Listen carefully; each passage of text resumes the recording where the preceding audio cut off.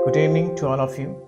आज हमने करना है ईपी पुलिस का 28 जनवरी की जो सेकंड शिफ्ट में पेपर हुआ था 2019 में, वो देखना है। इससे पहले हमने उसका मॉर्निंग शिफ्ट का देख लिया था। शुरू करने से पहले आप लोगों से रिक्वेस्ट है, अगर आपको लेक्चर अच्छा लगे तो सब्सक्राइब कीजिएगा, लाइक कीजिएगा और दोस्तों को शेयर कीजिएगा। चलिए स्टार्ट करते हैं।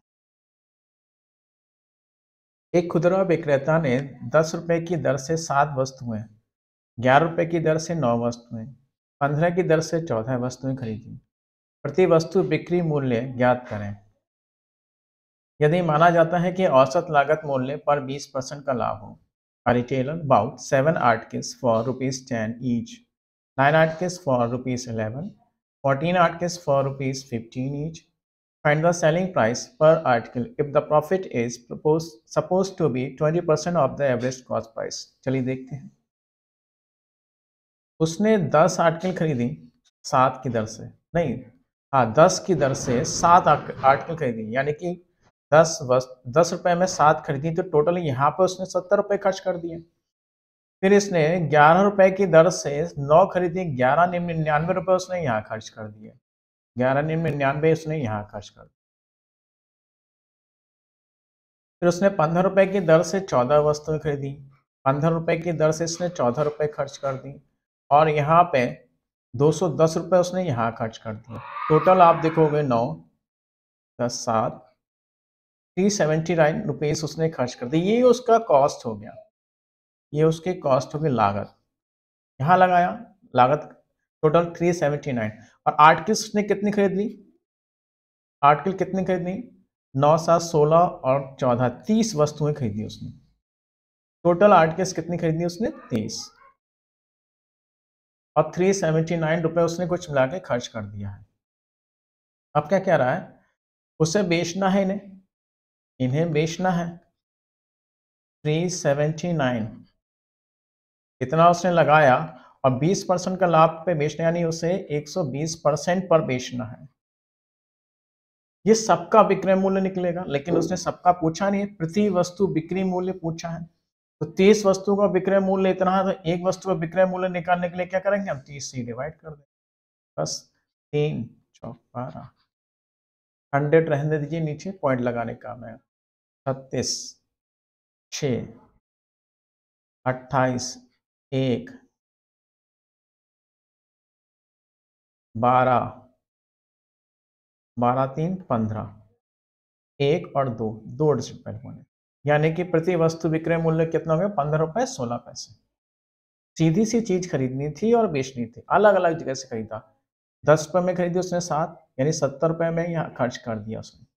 11 रुपए में खरीदी 9, 99 रुपए उसने यहाँ खर्च किया। 15 रुपए में खरीदी उसने 14, यानी 210 रुपए उसने यहाँ खर्च कर दिया। टोटल 389 रुपए उसने खर्च कर दिया।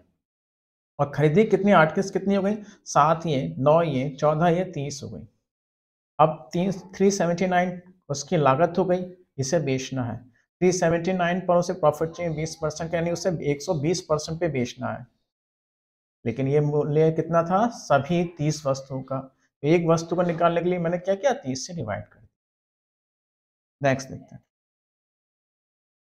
A and B can complete a task in 12 days. B and C can complete the task in 16 days. A and C can complete the task in 24 days. In how many days will they together complete the task? A और B 12 दिनों में एक काम को पूरा कर सकते हैं। B और C वही काम 16 दिन में पूरा कर सकते हैं।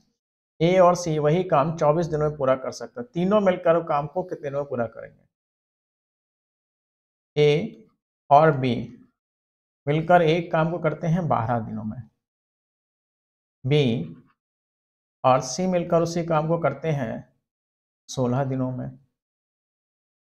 A और C मिलकर उस काम को करते हैं 24 दिन में।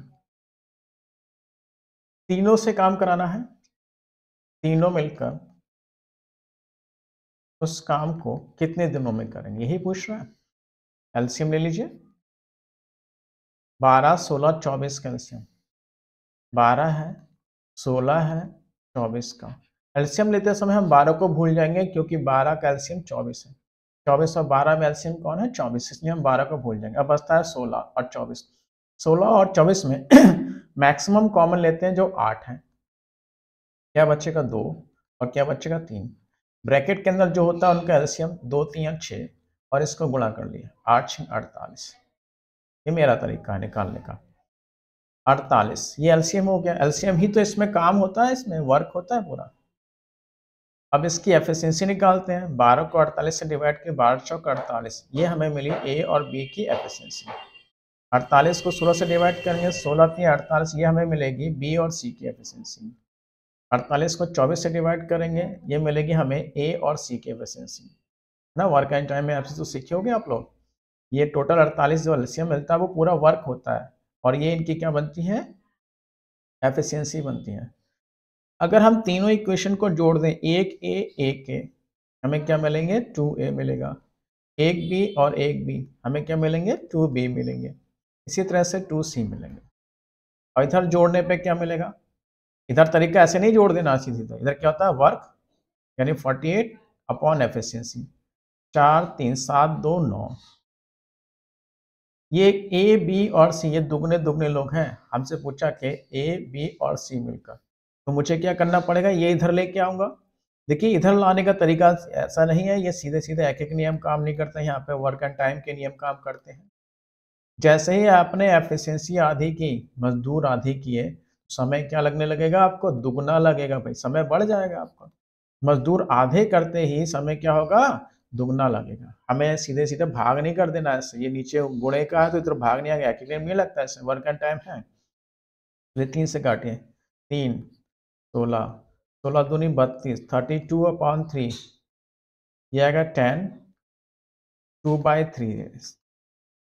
अच्छा, वास्तव वर्क एंड टाइम में आंसर ऐसे ही मिलने चाहिए, पॉइंट में नहीं मिलने चाहिए, लेकिन एग्जाम में आपके दिया था ये 2.3 का मतलब ये होता है 6 ये दिन। वर्क एंड टाइम में कभी भी दिन कभी हम नहीं बताते कि हम कितने दिन लगे आपको, 2.33 दिन लगे, ऐसे नहीं बताते, सही बटे बताएंगे 10 दिन और 2/3 दिन लगे हैं ऐसे। उम्मीद है ये आपको समझ में आया होगा। Next, a man completes a journey in 5 hours. He travels first half of the journey at the rate of 21 km per hour and the second half at the 24 km per hour. Find the total distance traveled. एक आदमी 5 घंटे में एक यात्रा पूरी करता है। वह यात्रा के पहले आधे भाग में 21 किलोमीटर प्रति घंटे की गति से और दूसरे आधे भाग में 24 किलोमीटर प्रति घंटे की यात्रा करता है। यात्रा की कुल दूरी क्या होगी, ये टोटल डिस्टेंस। टोटल डिस्टेंस नहीं दी है, आधा आधा करके बांटा है। मान लीजिए ये डी दूरी है और ये 2d, आधा और आधा है ना, बराबर बराबर। ये वो चला है, आधे भाग को चला है 21 की स्पीड से, 21 किलोमीटर पर आवर की स्पीड से, और आधे को वो चला है 24 किलोमीटर पर आवर की स्पीड से। और उसको कुल समय कितना लगा उसको, 5 घंटे का। यात्रा की कुल दूरी d और d, आपसे 2d के बारे में पूछा, यात्रा की कुल दूरी 2d के बारे में पूछा है। कॉन्सेप्ट इसने खुद ही दे दिया कि कुल समय कितना लगा, 5 घंटे। तो यहाँ तक का समय t1 और यहाँ तक का समय t2, टोटल कितना लगा है, 5 घंटे। खुद ही कॉन्सेप्ट दे दिया उसने। हमें पता है चाल बराबर क्या होती है, दूरी बटे समय। समय इधर आ जाएगा, टाइम क्या हो जाएगा, डिस्टेंस अपॉन स्पीड। तो यहाँ टाइम निकालिए, ये डिस्टेंस कितनी है, d चला, कितनी स्पीड से चला, 21 की स्पीड से चला। यहाँ भी d चला, कितनी स्पीड से चला, 24 की स्पीड से चला। टोटल कितने घंटे लगे, 5। इसे सॉल्व करने का तरीका, आपको जो तरीका आता है वो करिए। मेरा तरीका क्या है, मैं क्या करता हूँ, 5 लेता हूँ। ये तभी यूज़ करता हूँ जब नीचे अपॉन में हो, अपॉन में यहाँ पे कुछ नहीं हो, और d सेम होने चाहिए। इन दोनों का गुणनफल ऊपर रख देते हैं, 21 × 24, और इन दोनों का योग नीचे 24 और 21 45 45 हो जाएगा। 5 9 9 से कटो, 3 से कटेगा ये 7, 3 से कटेगा ये 8, 8 सत्ते 56, 56 नहीं पूछा था, गलती मत कर देना भाई, 2d पूछा था, यानी कि 2 × 56। 112 किलोमीटर की पूरी दूरी थी। आसान सा क्वेश्चन था, कॉन्सेप्ट दिया था ना, यहाँ से लेके यहाँ तक लगा समय और यहाँ से लेके यहाँ तक लगा समय, टोटल 5 घंटे, यानी T1 प्लस T2 5 घंटे लगे। Next, the ratio of speeds of two trains is 5:6. The second train covers 450 km in 5 hours. What is the speed of the first train? दो रेलगाड़ियों की गति का अनुपात 5:6 है। दूसरी रेलगाड़ी 5 घंटे में 450 किलोमीटर तय करती है। पहली रेलगाड़ी की चाल क्या है? तो पहली ट्रेन और दूसरी ट्रेन, इनकी स्पीड का रेशियो दे रखा है 5:6। इसमें दूसरी ट्रेन की स्पीड निकालने के लिए हिंट दे रखा है। दूसरी ट्रेन जो है 5 घंटे में 450 किलोमीटर दूरी तय करती है। हमें पता है चाल बराबर क्या होता है, दूरी बटे समय। 90 हो गया। इसका मतलब है 6 रेशियो की वैल्यू आपको मिली है 90। पहले की स्पीड पूछिए, यानी 5 रेशियो की वैल्यू पूछिए। 3 3 3 90 कहाँ गया, 90 था।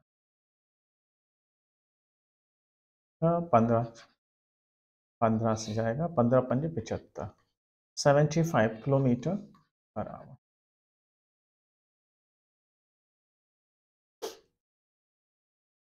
नेक्स्ट देखिए, the length of a rectangular plot is twice its breadth. The area of the plot 768 metre square. Find the perimeter of the plot. एक आयताकार भूखंड की लंबाई उसकी चौड़ाई से 3 गुनी है। ये आयताकार है, प्लॉट है, ये इसकी लंबाई है, ये इसकी चौड़ाई है। हमें पता है इसका एरिया क्या होता है, लेंथ इनटू ब्रेथ होता है। इसकी लंबाई इसकी चौड़ाई की 3 गुनी है, यानी कि अगर चौड़ाई x है, लंबाई नहीं सॉरी चौड़ाई अगर x है तो लंबाई कितनी जाएगी, 3x हो जाएगी ना। लंबाई चौड़ाई की 3 गुनी है, चौड़ाई अगर x है तो लंबाई 3 गुनी हो जाएगी। तो और एरिया हमें दे रखा है कितना, 768 3x स्क्वायर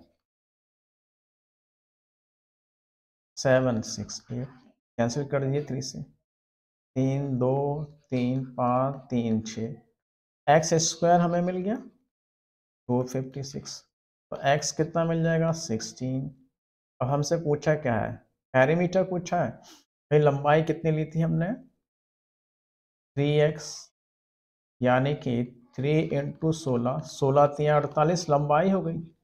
चौड़ाई हमारी x ही है, यानी कि हमारी 16 है। तो ये 16 है, ये 16 है, ये 48 है, ये 48 है। पेरीमीटर का मतलब होता है बाउंड्री।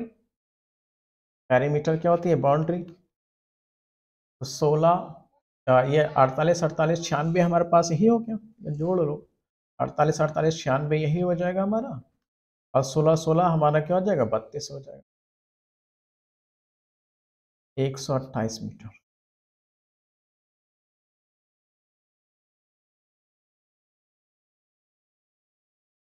नेक्स्ट देखिए, a 3-digit number ABC where A is at the 100th place, B is at the 10th place, and C is at the units place is rewritten as ABC ABC and is divided by the LCM of 7 11 13. What will be the result? 3 अंकों की एक संख्या ABC है जिसमें A सैकड़े के स्थान पर है, B दसवें के स्थान पर है, C इकाई के स्थान पर है।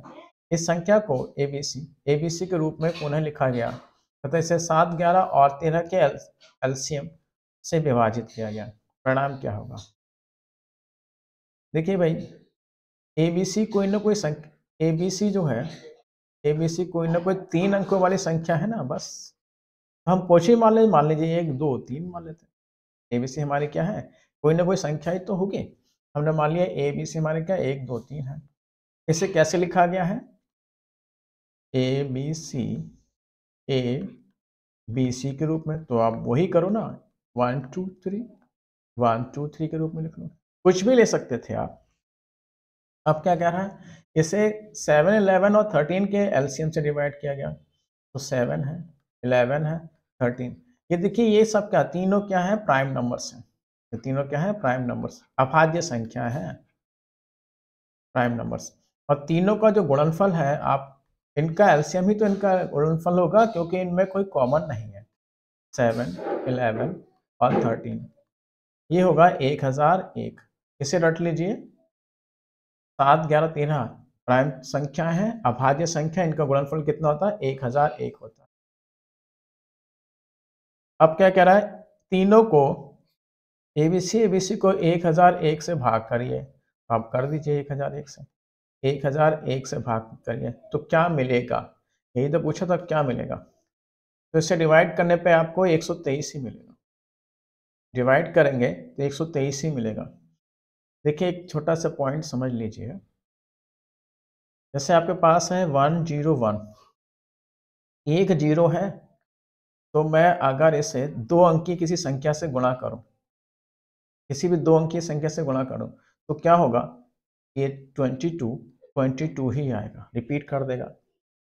ध्यान समझना क्या समझाना चाहता हूँ। अगर ये 3 अंकीय संख्या है, 1 2 3, 1000 है, जिसमें 2 जीरो है, 2 जीरो है, तो मैं अगर किसी 3 अंकीय संख्या से डिवाइड कर गुणा करूं इसे, तो ये तीनों के तीनों क्या होंगे? रिपीट कर देंगे। 132, 132। अगर मान लीजिए यहाँ पे 4 जीरो होते हैं, 2 3 4 जीरो होते हैं, 1 2 3, एक बढ़ाकर 4, किसी 4 अंक की संख्या से डिवाइड कर देता है, सॉरी मल्टीप्लाई करता मैं से, तो ये कुछ नहीं होता, ये चारों के चारों रिपीट करते हैं। 4 2 4 1 4 2 4 1। उम्मीद है ये बात समझ में आ गई। इसी से क्वेश्चन इन्होंने उठा के बनाया था। आप 123 को इससे गुणा करेंगे तो यही आने वाला है। तो आंसर क्या हो जाएगा? 123। 123 वास्तव में क्या थी आपकी ओरिजिनल संख्या? क्या थी? एबीसी, एबीसी तो थी, तो आंसर क्या हो जाएगा आपका? एबीसी। ठीक है।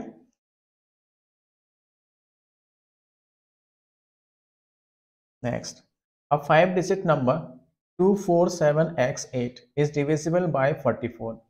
Which digit can replace x? if 5 एक 5 अंकों की संख्या 44 से विभाजित की जाती है, तो कौन सा अंक x को प्रतिस्थापित करेगा? देखिए एक बात समझिए, ये 44 का मतलब क्या है? हमारे पास 11 और 4। इसका मतलब हमारी संख्या जो है, ये जो संख्या है 247x8, ये हमारी 11 से भी कटनी चाहिए, 4 से भी कटनी चाहिए, है ना?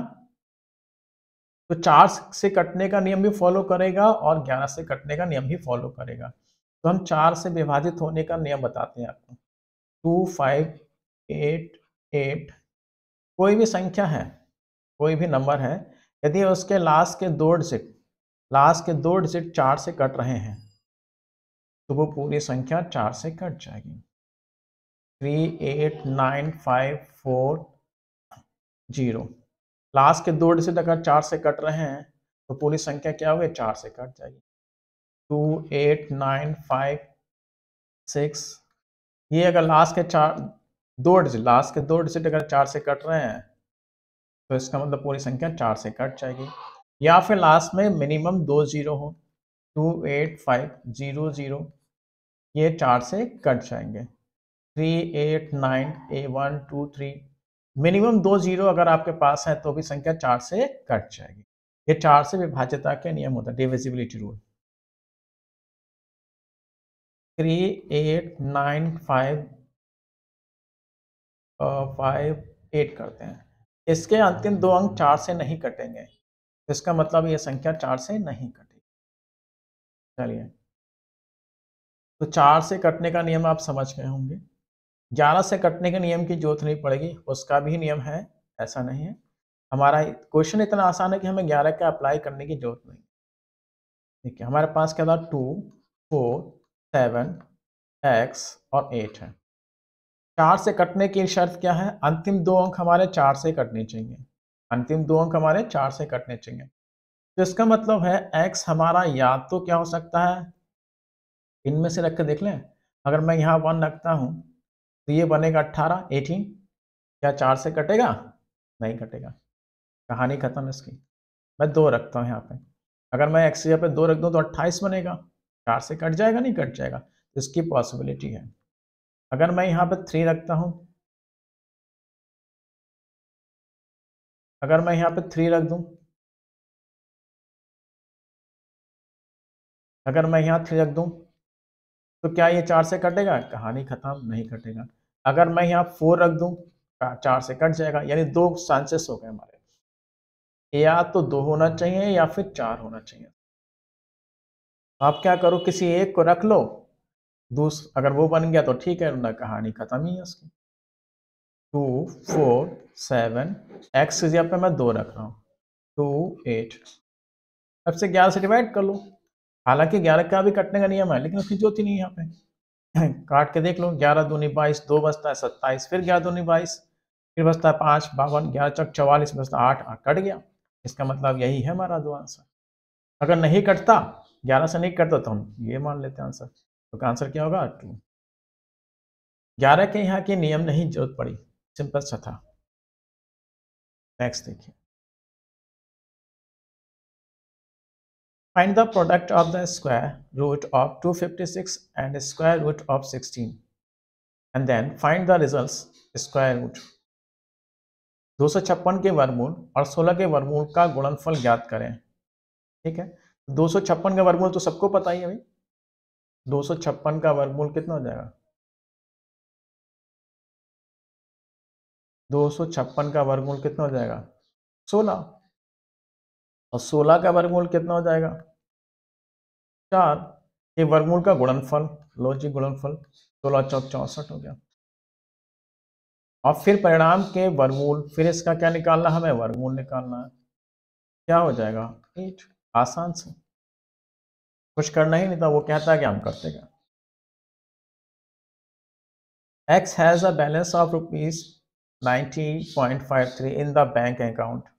What will be the balance left after a deposit of 66.14 and a withdrawal of, ये भी आसान सा है। चलिए देखिए, X के पास बैंक खाते में कुल मिला के 90 रुपये 53 पैसे हैं। टोटल है 90 रुपये 53 पैसे से 67 रुपये 14 पैसे जमा किए गए, जमा कर दिए गए 67.14 जमा कर दिया। अब उसके अकाउंट में कितने बचे, कितने हो गए? 157 रुपये 67 पैसे हो गए। अब क्या कह रहा है? निकाल लिए उसने 70 रुपये 16 पैसे, माइनस कर दो 70 रुपये 16 पैसे का।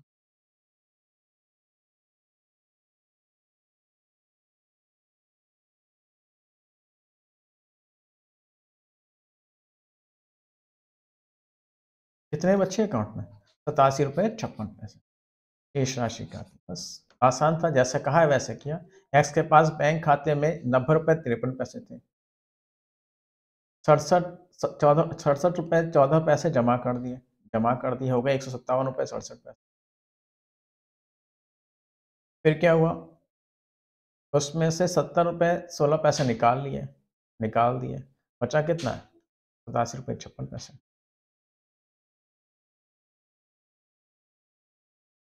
एक मिनट, 87 51 रुपये होगा ये। Next, the HCF and LCM of two numbers is 2 and 72 respectively. The bigger number is 2 more than twice the smaller number. Find the smaller number. दो संख्याओं का महत्तम, समापवर्तक और लघुत्तम समापवर्तीय क्रमशः 2 और 72 है।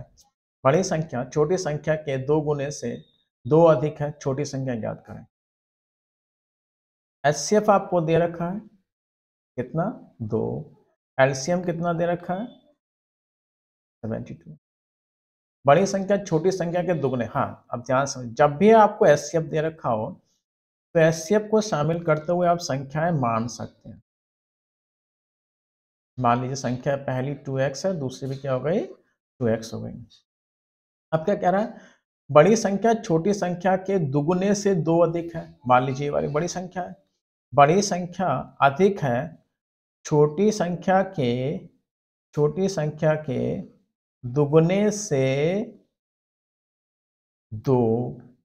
ठीक है, बड़ी संख्या छोटी संख्या के, ये y, सॉरी ये y, फिर समझाते हैं। जब भी एचसीएफ दे रखा हो, एलसीएम दे रखा हो, तो संख्या कैसे मानेंगे? एचसीएफ को शामिल करते हुए। पहली संख्या 2x, दूसरी संख्या 2y मानेंगे। अब ये क्या कह रहा है? बड़ी संख्या छोटी संख्या के दुगने से 2 अधिक है। मान लीजिए ये बड़ी है, ये छोटी है, तो छोटी का दुगना कर दीजिए।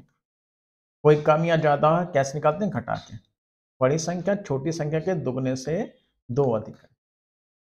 ठीक, यहाँ से 2 कॉमन लेके सब में कैंसिल कर दीजिए। क्या बचेगा? x minus 2y is equal to 1 मिला। यहाँ से हमें एक हिंट और भी तो मिली हो ना, एलसीएम 72 है, तो 2x 2y का हम एलसीएम बना लेंगे। एलसीएम में क्या होता है? जो कॉमन होता है बाहर लेते हैं, 2 कॉमन ले लिया, जो बचेगा उसे रख लीजिए, x इंटू वाई। ये हमें गिवन है कितना? 72। इसका मतलब है x इंटू वाई हमें कितना मिल गया?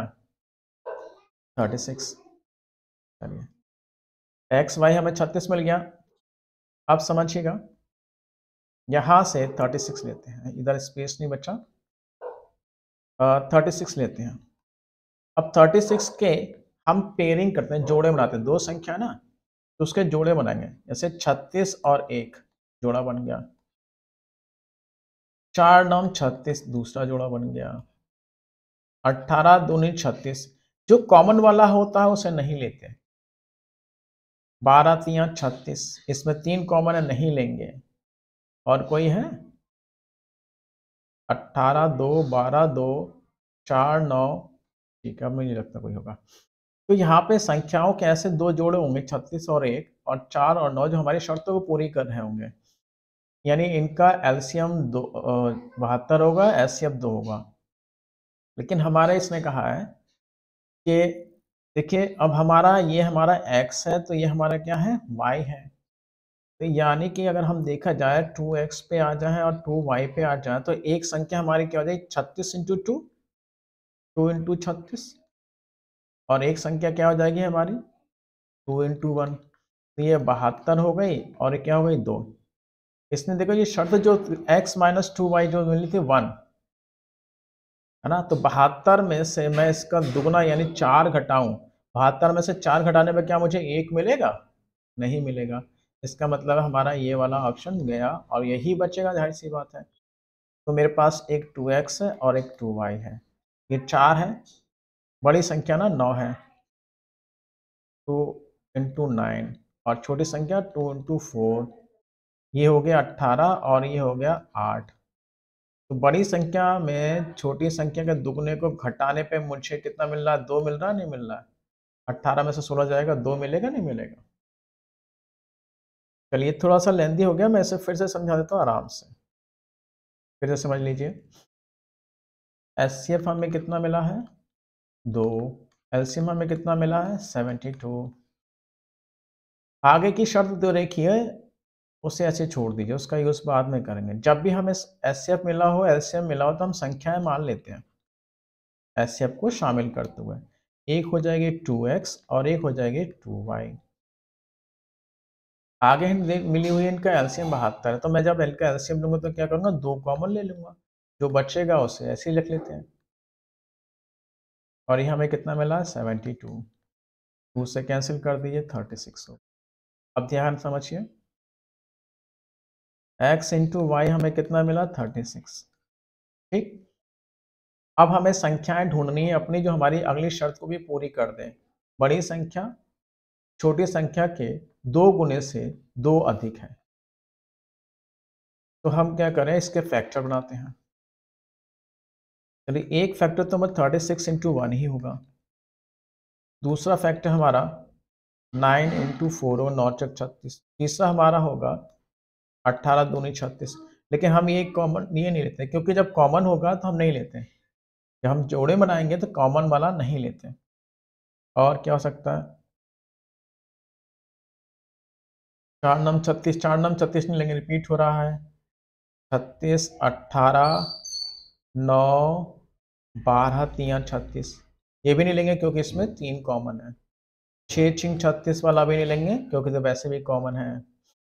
तो हमारे पास 2 बचते हैं। संख्याओं के ऐसे जोड़े बनेंगे, 2 जोड़े बनेंगे जो हमारी शर्त को पूरा कर रहे होंगे।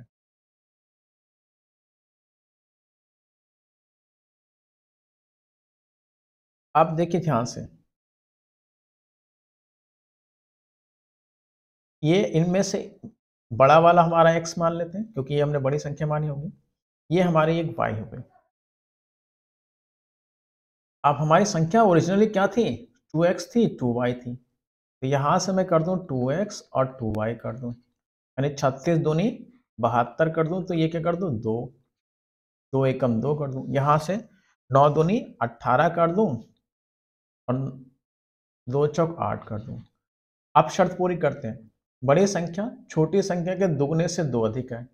बड़ी संख्या छोटी संख्या के दुगने से 2 अधिक है। क्या ऐसा ही है? बड़ी संख्या छोटी संख्या के दुगने से क्या 2 अधिक है? 72 में से मैं 4 घटाऊंगा तो क्या 2 मिलेगा? नहीं मिलेगा। बड़ी संख्या छोटी संख्या के दुगने से 2 अधिक है। 18 में से मैं 16 घटा दूं 2 तो मिलेगा, लेकिन यानी शर्त पूरी हो रही है। छोटी संख्या पूछिए, तो छोटी संख्या क्या थी हमारी? 8। नेक्स्ट देखिए, 4/5, 12/10 और x/6 और 9/2 x का मान करना ज्ञात करेंगे। ये आप जानते होंगे, a:b प्रोपोर्शनल है c:d। इसमें कैसे लिखते हैं इसको? a/b is equal to c/d। एक तरीका ये होता है, एक तरीका क्या होता है, हम इनकी मल्टीप्लाई करते हैं, b c की मल्टीप्लाई करते हैं, ये इक्वल टू बन जाता है, और a d को आपस में इंटू करते हैं, a d। ये दो तरीके होते हैं इसको लिखने के।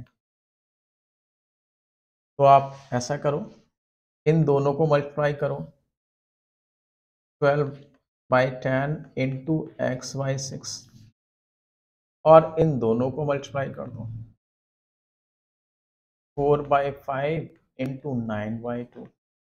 देखो 5 2 जा 10 कैंसिल हो गया, 6 से गया ये 2 कैंसिल हो गया, 2 से गया ये 2 कैंसिल हो गया, तो x की वैल्यू कितनी मिली? 18।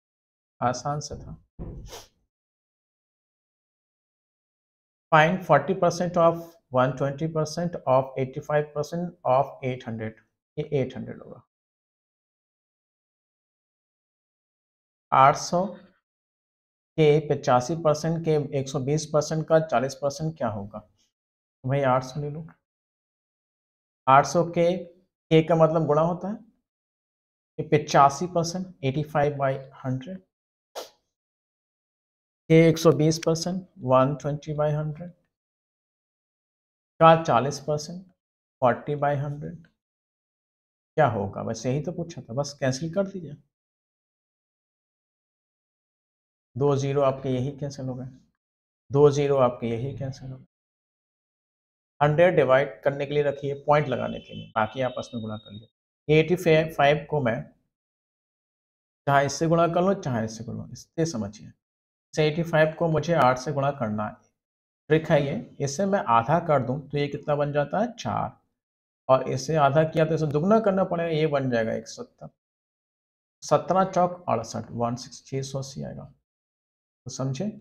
कोई भी ट्रिक समझिए इसको, कोई भी संख्या जिसका यूनिट प्लेस 5 है, जैसे मेरे पास है 75 और मेरे पास है 16, इन दोनों को इंटू करना है, तो मैं क्या करूंगा, ये इवन नंबर है ना, इसको मैं आधा कर सकता हूँ, यानी 8 कर सकता हूँ। इसको अगर मैंने आधा किया तो इसको क्या करना होगा? दुगना 150, गुणा करने 15 अठे 120, 1200। तो 75 को 16 से मल्टीप्लाई करना आसान था, या 150 को 8 से मल्टीप्लाई करना। जैसे 65 को मैंने मान लीजिए 12 से मल्टीप्लाई करनी है, तो मैं इसको आधा कर दूं। शर्त क्या है? ये यूनिट प्लेस कितना होना चाहिए? 5, और ये इवन होना चाहिए। इसको आधा किया बचा 6, अगर इसको आधा किया तो इसको क्या होगा? दुगना करना पड़ेगा, ये हो जाएगा 13, 13 छिंग 78, 780। तो बस वही मैंने किया था, 85 को 8 से गुणा करना है, तो ये 4 है, ये 17 है, 17 चौक 68, 680 तो मुझे यही मिल गया, 680 तो मुझे यही मिल गया। अभी 12 चौक 48, ये मुझे मिला, और नीचे अभी हमारे पास के वास्ते 2 जीरो, 2 जीरो से मेरे 1 जीरो कैंसिल हो जाएगा, 1 जीरो कैंसिल हो जाएगा। अभी मेरे पास 10 बचा पॉइंट लगाने के लिए, क्योंकि यहाँ पे समस्या, अब मैं यूनिट प्लेस यूज कर सकता हूँ, 8 64। पहली बात तो एक पॉइंट इसमें है नहीं एक भी, है ना, पहली बात तो इसमें पॉइंट है नहीं। अगर पॉइंट भी होता तो मैं यूनिट प्लेस का यूज कर देता। 8 2 64, 8 8 जा 64, तो यूनिट प्लेस 4 होता है यहाँ पे, नहीं तो पूरा गुणा कर लेता। तो इसमें आपका ऑप्शन नहीं था, एग्जाम में इसके ऑप्शन कैसे थे, रॉन्ग ऑप्शन थे, रॉन्ग ऑप्शन दिए हुए थे। हालांकि समझ गए होगे आप, तो कोई टेंशन नहीं, आसान था क्वेश्चन था। If an article was bought for rupees 300 and a repairing charges of 50 was paid for it, and it is supposed to be sold at a profit of 20% on the market price, which is 10% of the cost price, find the required selling price। यदि एक वस्तु 300 रुपये में खरीदी गई और उस पर 50 रुपये मरम्मत के रूप में खर्च किए गए और इससे अंकित मूल्य 20% पे लाभ पर बेचा जाना चाहिए, जो कि लागत मूल्य का 10% है, आवश्यक बिक्री मूल्य ज्ञात करें। बहुत ही कॉम्प्लिकेटेड लैंग्वेज बनाई इन्होंने, कुछ कॉन्सेप्ट बेसिक बातें इन्होंने गलत कर दी हैं, अभी समझा दें क्या गलत किया। एक वस्तु 300 रुपये में खरीदी गई, ये 300 रुपये में उसने बंदे ने खरीदी, उस पर उसने 50 रुपये मरम्मत के लगा लिए, यानी कि देखा जाए उसकी लागत कितनी हो गई, 350 रुपये हो गई, रुपये में रूप में खर्च किए गए, और इसे अंकित मूल्य 20% लाभ पर बेचा जाना चाहिए। ठीक है, अब अंकित मूल्य इस पर नहीं कह रहा है, नॉर्मली हम लाभ या हानि किस पे देखते हैं, सीपीए पर देखते हैं, लेकिन ये क्या कह रहा है, अंकित मूल्य 20% लाभ पर बेचा जाना चाहिए, जो कि यानी अंकित मूल्य की लागत 10% है, जो कि लागत का 10% है। ध्यान समझिए, लैंग्वेज ने व्यक्ति तो फंसाई है। पहली बात ये कह रहा है अंकित मूल्य 20% पर लाभ पर बेचा जाना चाहिए। पहली बात तो लाभ हम अंकित मूल्य पर नहीं लेते, लाभ हम अंकित मूल्य पर नहीं लेते, लाभ हम किस में लेते हैं, सीपी पे। लेकिन ये फिर भी कह रहा है अंकित मूल्य 20% लाभ पर बेचना चाहिए, गलत बात है। दूसरी बात समझिए, अब ये कह रहा है जो कि लागत मूल्य का 10% है, ये जो किसके लिए लगा है, एमआरपी के लिए लगा है, जो हमेशा बाद वाले टर्म के लिए यूज किया जाता है, तो इसके लिए लगा है। तो लागत मूल्य का 10% इन्होंने क्या बना दिया, एमआरपी बना दिया, तो इसका 10% बना दो भाई, तो इसका 10% कितना हो जाएगा, 35 रुपये, 35 रुपये जोड़ दो, तो ये एमआरपी कितना हो गया, 385 हो गया। एमआरपी कितना हो जाएगा, 385 हो गया। ठीक, अब क्या कह रहा है, जो कि लागत मूल्य का 10% है, 10% बढ़ा के बनाना चाहिए, इन्हें बताना चाहिए था 10% बढ़ा के निर्धारित किया गया है। हाँ, तो ये कह रहा है, अब जैसे मान लो 350 रुपये अगर सीपी है, अगर मैं 10% कह रहा ना, जो कि लागत मूल्य का 10%, तो एमआरपी जो होगा इसका 10% 35 रुपये थोड़ी ना होगा, इनको कहना चाहिए था जो कि लागत को 10% बढ़ा के निर्धारित किया गया, यानी कि 350 में 35 रुपये बढ़ाकर निर्धारित किया गया है। तो लैंग्वेज उन्होंने यहाँ भी गड़बड़ की थी। अब ये कह रहा है अंकित मूल्य पर 20% लाभ पर बेचा जाना है, ये भी गलत बात है। अगर अंकित मूल्य निर्धारित किया गया तो डिस्काउंट दिया जाता है, अब ये अंकित मूल्य पे लाभ ले रहा है, तो इस पे लाभ लेना है 20% का, तो 20% का लाभ लेना है, 20% का मतलब होता है, और बेच रहे हैं उसे, तो 385 है, इस पर 20% का लाभ लेना यानी 120% पे बेचना है इसको। ये गया 10 छोड़ दो, नहीं कट जाएगा, 2 5 से काट दो, 5 2 5 7 35, 5 7 35, 2 से ये काट दो 6, 6 7 42, 6 7 42 46, 46, ये इतने में बिकनी चाहिए। इस क्वेश्चन में बहुत ज़्यादा गड़बड़ियाँ दे रखी हैं, पता नहीं क्या सोच के क्वेश्चन बनाया था। मैं एक बार और समझा दूँ आप लोगों को, कॉम्प्लिकेटेड क्वेश्चन है, मुझे भी समझने में बड़ा टाइम लगा इसको, क्या कहना चाहता है। ये राज इरेज भी नहीं होगा,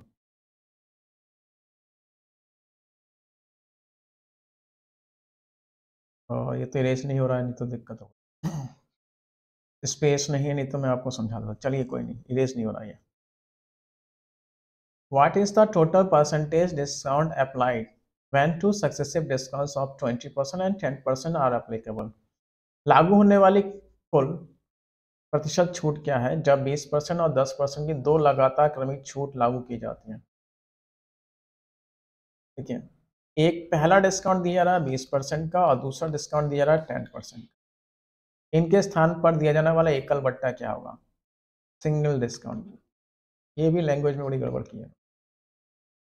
हम करते क्या है, 20% और 10% का एकल बट्टा निकालने के लिए तरीका क्या है, इन दोनों को जोड़िए, प्लस प्लस है ना तो प्लस 20 रखिए।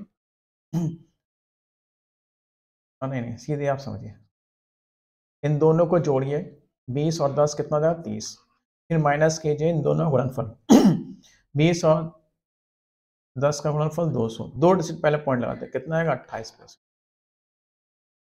ऐसे मान लीजिए 15% का पहला डिस्काउंट दिया गया, 15% का दूसरा डिस्काउंट दिया गया 10% का, इनके स्थान पर एकल बट्टा क्या होगा, सिंगल डिस्काउंट क्या होगा। कंपेयरिंग दोनों जोड़ते हैं, 15 और 10 कितना हो गया 25, फिर माइनस करते हैं इन दोनों गुणनफल, 15 और 10 से गुणा करते हैं 250, 2 डिजिट पहले पॉइंट लगाते हैं, 25 में से 28 जाएगा 22.5%। 14% और 5% के स्थान पर दिया जाने वाला एकल बट्टा क्या होगा, 14 और 5 का जोड़ोगे आप 19 होगा, माइनस गुणा कीजिए 14 5 70, 2 डिजिट पहले आइए, 19 रुपये में से 70 पैसा जाएगा, 18 रुपये 30 पैसे का डिस्काउंट। चलिए नेक्स्ट देखिए, find the rate of interest if the simple interest on a principal of rupees 1000 have an interest of rupees 440 in a span of 5 years। ब्याज दर ज्ञात करें जबकि रुपए 1000 मूलधन पर 5 वर्ष की अवधि में 440 साधारण ब्याज हुआ। पैसा उधार लिया गया कितना, 1000 रुपये, टाइम पीरियड कितना था, 5 वर्ष के लिए लिया गया है, 440 क्या मिला, ब्याज मिला, 5 वर्षों का ब्याज कितना हो गया 440। ठीक है, ब्याज दर ज्ञात करना है, हमें पता है ब्याज दर क्या होती है, ब्याज दर होती है 1 साल का ब्याज मूलधन का कितना प्रतिशत है। ब्याज का बेसिक फॉर्मूला क्या होता है, 1 साल का ब्याज मूलधन का कितना प्रतिशत। ये 440 रुपये कितने साल में ले, 5 साल में, तो 1 साल का ब्याज कितना हो जाएगा, 440 को मैं डिवाइड कर दूं 5 से, 88 रुपये हो जाएगा। अब 88 रुपये 1 साल में मिला, कितने मिला, 1000 रुपये, सॉरी 8.8%। आप फॉर्मूला भी लगा सकते थे, SI इक्वल टू PRT भी लगा सकते थे। ब्याज चाहिए 440 रुपये, मूलधन 1000 है, ब्याज दर निकालने समय क्या है 5/100, यहाँ से भी आपका क्या आएगा 8.8 आएगा। Find the time for which compound interest of 331 was generated on a principal of 1000 and annual interest rate of 10%।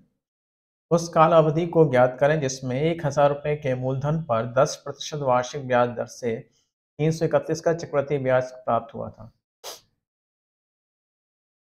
भैया मूलधन कितना है 1000 रुपये, ब्याज दर कितनी है 10%, तो 1 साल का ब्याज क्या हो जाएगा, ये बता दिया, 1 साल का ब्याज 100 रुपये हो जाएगा, 1000 का 10% 100 रुपये हो जाएगा, 331 ब्याज चाहिए, टोटल ब्याज चाहिए टोटल चाहिए हमें कितना 331 रुपये। इसको भी आपको ज़्यादा दिमाग लगाने की जरूरत नहीं थी, मैं इसे स्लैब मेथड से बनाता हूँ। स्लैब मेथड क्या कहता है, यहाँ पे हम 1 साल 3 साल का केस है ना, पहला साल दूसरा साल तीसरा साल, पहले साल में सिंगल स्लैब, दूसरे साल में डबल स्लैब बनते हैं, तीसरे साल में ट्रिपल स्लैब, 3 स्लैब बनते हैं। यहाँ पे 1 साल का SI, यहाँ पे 1 साल का SI, यहाँ पे 1 साल का SI, 1 साल का SI 100 रुपये यहाँ रख दीजिए, 1 साल का SI यहाँ रख दिए 100 रुपये। हमें तो पता नहीं है, मैक्सिमम 3 वर्ष का केस है ना, इसलिए मैं 3 लेके चल रहा हूँ। मुझे 331 रुपये चाहिए, अगर मैं 3 से नीचे जाता 2.5 साल जाता तो 100 रुपये ब्याज 200 रुपये और यहाँ पर 250 रुपये मिलता और यहाँ पे एक छोटा सा ब्याज मिल जाता, जबकि 331 के आसपास जाना है मुझे, तो ये तो देख के ही लग जाएगा आपको। 2.5 साल 2 साल, देखिए पहला साल तो हो नहीं सकता, पहले साल में 100 रुपये मिलेगा, खाली साधारण ब्याज 100 रुपये है, पहले साल में 100 रुपये मिलेगा, इससे ब्याज नहीं मिलता। 2 साल में क्या होगा 100 रुपये 100 रुपये, 200 रुपये साधारण ब्याज है और इस पे 10% लगाते हैं, 10 रुपये मिलेंगे। तो 2 साल में 100 100 200 10 रुपये मिले, जबकि हमें 331 चाहिए। 2.5 साल की जगह पे सीधे यहाँ पे क्या होता है, दुगना आता है। और यहाँ पे इसका 10% कितना होगा, 1 रुपया। जोड़ लीजिए 331 रुपये हो। ये शायद अगर नहीं पता सुन लीजिए मैंने कैसे किया। पहले साल में 1 स्लैब, दूसरे साल में 2 स्लैब, तीसरे साल में 3 स्लैब बनता है। 1000 का 100% साधारण ब्याज 100 रुपये, तो साधारण ब्याज यहाँ रखते हैं, साधारण ब्याज यहाँ रखते हैं, साधारण ब्याज यहाँ रखते हैं। यहीं से आइडिया हो जाता है, अगर आप यहीं से आइडिया हो जाता है कि 300 रुपये तो साधारण ब्याज ही है और यहाँ पे कुछ और मिलेगा, 331 रुपये मिल जाएगा, मुझे पता है यहाँ से। 10% कितना होगा, 10, यहाँ पर इसका 10% ब्याज पर ब्याज 1, यहाँ पे क्या होता है, इसका दुगना होता है 20 रुपये। टोटल जोड़ लो कितना होगा, 331। हालांकि ये सब करने की जरूरत नहीं है, इस क्वेश्चन का लेवल ऐसा है कि आप कॉमन सेंस से यूज कर सकते हो। 331 रुपये चाहिए, 31 रुपये में अगर छोड़ दूं तो 300 रुपये तो चाहिए साधारण ब्याज, एक मान लेते हैं, गैस करते हैं। तो 100 रुपये 100 रुपये 100 रुपये 300 रुपये, यानी कहानी खत्म। 3 partners A, B and C shared profits in the ratio 4:5:6. If C's share of the profit was 200 more than that of A, find the total profit generated by them. 3 साझेदार A, B और C 4:5:6 के अनुपात में लाभ कमाते हैं।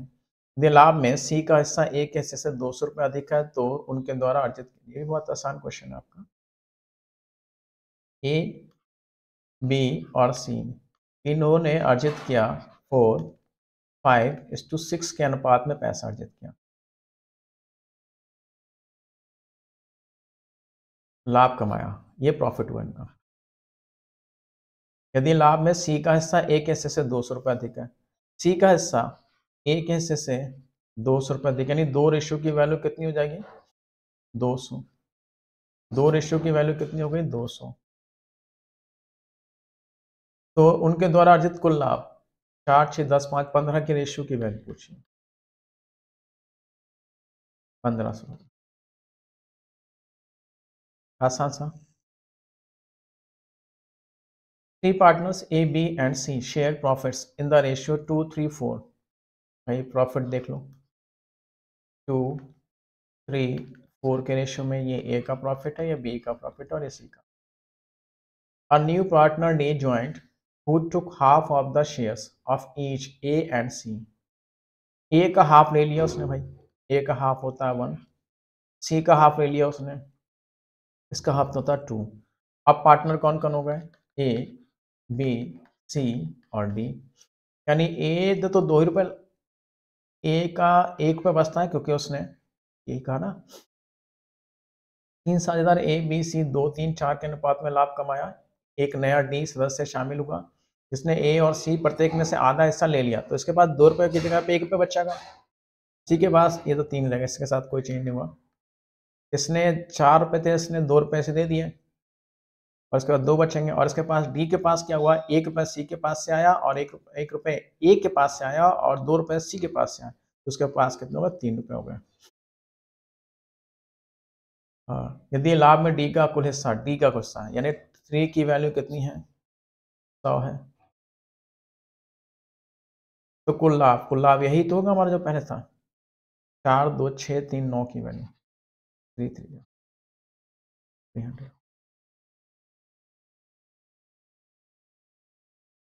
ये निकल गए और ये 3 रुपये किसने लिए हैं, D ने लिए हैं। 2 chairs and a table can be bought for rupees 170. 5 chairs and 4 tables can be bought for rupees 530. Find the cost of a chair. एक चेयर की कीमत निकालनी है। 2 कुर्सियां और एक मेज 170 में खरीदी जा सकती हैं। 5 कुर्सियां और 4 मेजें 530 में खरीदी जा सकती हैं। एक कुर्सी की लागत ज्ञात कीजिए। 2 कुर्सियां, मान ली 2 कुर्सी और एक मेज ये हो गई, कुल मिला के 170 रुपये में खरीदी जाती हैं। 5 कुर्सियां और 4 मेजें 530 रुपये में खरीदी जाती हैं। एक कुर्सी की लागत मूल्य, ये तो सिंपल है, सॉल्व करना आपको पता ही होगा। हमें निकालना है कुर्सी की कीमत, कुर्सी की कीमत निकालनी, यानी मेज की कीमत हमें क्या करनी है, इक्वल करके कैंसिल आउट करनी है। तो इन्हें इक्वल करना है पहली शर्त, तो मुझे क्या करना होगा, 4 से मल्टीप्लाई करना होगा, 4 से मल्टीप्लाई करना होगा। 17 चौक 68, 680 हो गया। दूसरी, इनमें से ये मेज बराबर हो गए। दूसरी शर्त क्या होती है इसे सॉल्व करने के लिए, एक माइनस होती है, अपोजिट साइन होना चाहिए। तो 8 है, ये 5 है, इससे माइनस कर दो। इनकी कहानी खत्म। 8 कुर्सियों में से 5 कुर्सियां चली गई तो 3 कुर्सियां बची। इधर 680 में से 550 गया तो 530 गया तो 150 बचे। एक कुर्सी का दाम कितना हो गया, 50 रुपये। खत्म। उम्मीद है ये आपको समझ में आया होगा। इनका लेवल कोई खास नहीं था, लेकिन ये 2019 का पेपर था। 2019 और 2024 में जमीन आसमान का अंतर है। तो लेवल आप जो भी जहाँ से भी तैयारी करें उससे ऊपर ही रखिएगा, नहीं तो धोखा खा जाएंगे एग्जाम में। आज के लिए इतना ही काफ़ी। Thank you very much. Good night to all of you.